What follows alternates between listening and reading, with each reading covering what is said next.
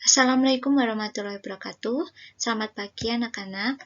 Seperti yang sudah Ibu jelaskan pada WhatsApp group setelah kita berdoa tadi, di sini Ibu akan menjelaskan tentang materi dari mitigasi bencana. Untuk tujuan pembelajaran pada kali ini, yang pertama adalah peserta didik dapat mendefinisikan dari mitigasi bencana. Kemudian peserta didik mengetahui jenis-jenis bencana. Kemudian peserta didik dapat mengetahui bagaimana manajemen dari bencana. Kemudian peserta didik dapat menganalisis studi kasus bencana.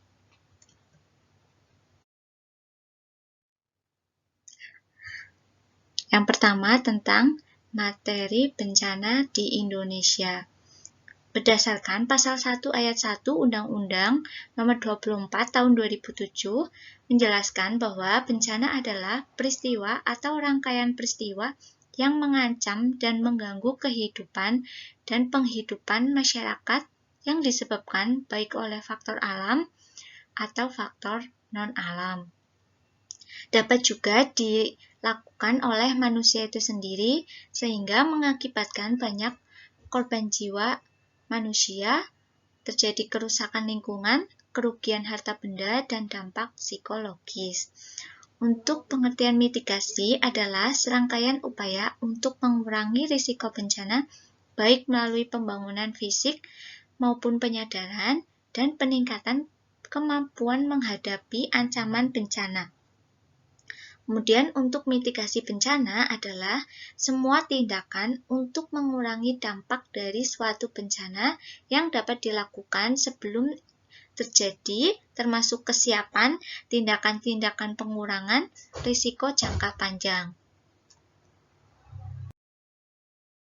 Nah, untuk jenis-jenis bencana, menurut pasal 1 ayat 2, ayat 3, dan ayat 4 Undang-Undang Nomor 24 Tahun 2007, itu ada 3 jenis bencana. Ada bencana alam, bencana non-alam, dan bencana sosial. Untuk bencana alam, contohnya itu ada gempa bumi, tsunami, gunung meletus, banjir, kekeringan, angin topan, dan tanah longsor.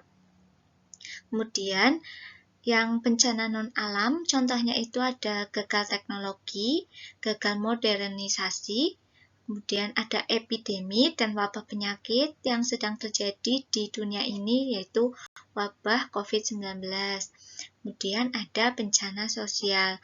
Untuk bencana sosial itu, contohnya ada konflik sosial antar kelompok atau antar komunitas masyarakat dan teror.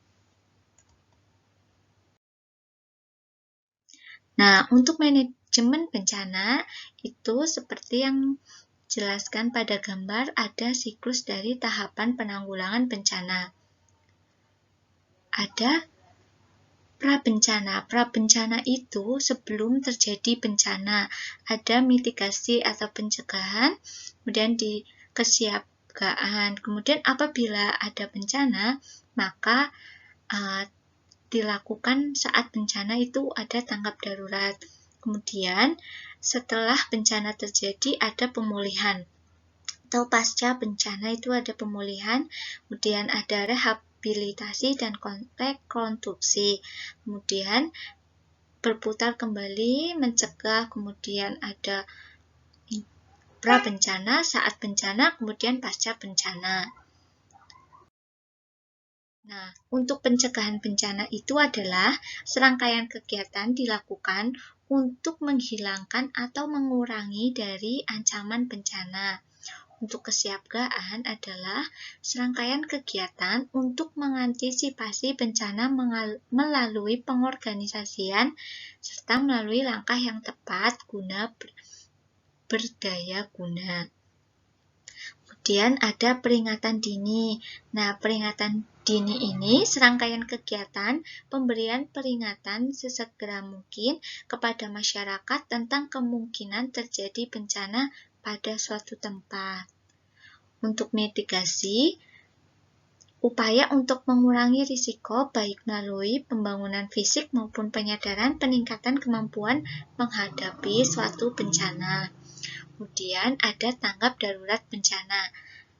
Tanggap darurat bencana ini kegiatan dilakukan dengan segera pada saat kejadian bencana untuk menangani dampak buruk yang ditimbulkan yang meliputi kegiatan penyelamatan, kemudian ada evakuasi korban, harta benda, pemenuhan kebutuhan dasar, pelindungan, pengurusan, pengungsian, penyelamatan, serta pemulihan prasarana dan sarana. Nah, kemudian ada rehabilitasi. Rehabilitasi ini yaitu pemulihan semua aspek pelayanan publik atau masyarakat sampai tingkat yang memadai pada wilayah pasca bencana dengan sasaran utama untuk normalisasi atau berjalannya secara wajar semua aspek pemerintah dan kehidupan masyarakat pada wilayah pasca bencana. Kemudian ada rekonstruksi. Nah, rekonstruksi ini pembangunan kembali semua prasarana dan sarana kelembagaan pada wilayah pasca bencana. Baik itu pada tingkat pemerintahan maupun masyarakat dengan sasaran utama tumbuh dan berkembang kegiatan perekonomian kembali, budaya sosial dan budayanya kembali, tegaknya hukum dan ketertiban, dan bangkitnya peran serta masyarakat dalam segala aspek kehidupan bermasyarakat pada wilayah pasca bencana. Nah, di sini contoh dari studi kasus pada Gunung Semeru yang terjadi minggu lalu. Nah, Gunung Semeru ini dilaporkan meletus pada tanggal 1 Desember 2020 pada pukul 01.23 atau setengah 2 ini dini hari. Nah, guguran awan panas ini dari puncak kubah memiliki jarak luncur 2 km hingga 11 km. Nah, letusan kali ini itu diikuti runtuhnya kubah lava, mengakibatkan guguran awan panas menuju ke lembah sebelah selatan. Namun, Gunung Semeru masih tetap pada statusnya itu tetap waspada atau level 2. Nah, dalam surat tertulis itu pendakian ditutup total berdasarkan peningkatan aktivitas Gunung Semeru. Itu disampaikan oleh Pos Gunung Api di Gunung Sawur, Kabupaten Lumajang. Kemudian PVMBG mengevaluasi apakah ada potensi terjadi guguran awan panas kembali. Kemudian tim dari PVMBG telah memantau kondisi di lokasi dan berkoordinasi dengan pemerintah setempat. Kemudian terjadi di Dusun Sumbersari, Desa Sumpiturang.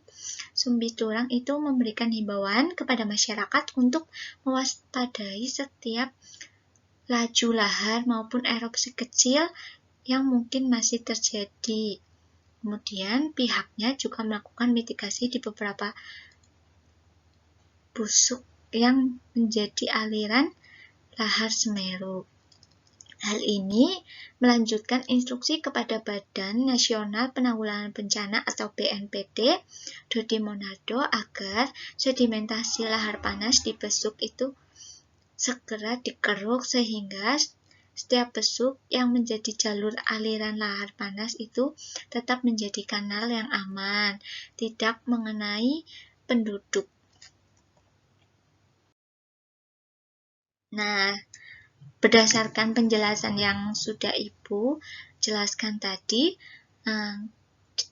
kalian diskusi dengan kelompok kalian masing-masing, memberikan contoh lain dari bencana yang terjadi di Indonesia saat-saat ini. Saat ini kan ada banyak sekali bencana, ada bencana non-alam, ada bencana alam yang terjadi di mana-mana. Kemudian kalian ambil salah satu contoh bencananya, kemudian dianalisis, didiskusikan dengan kelompok kalian masing-masing. Kemudian, nanti kalian mempresentasikan hasil diskusi kelompok masing-masing melalui voice note di WhatsApp group. Nanti ketua kelompoknya yang mempresentasikan ya.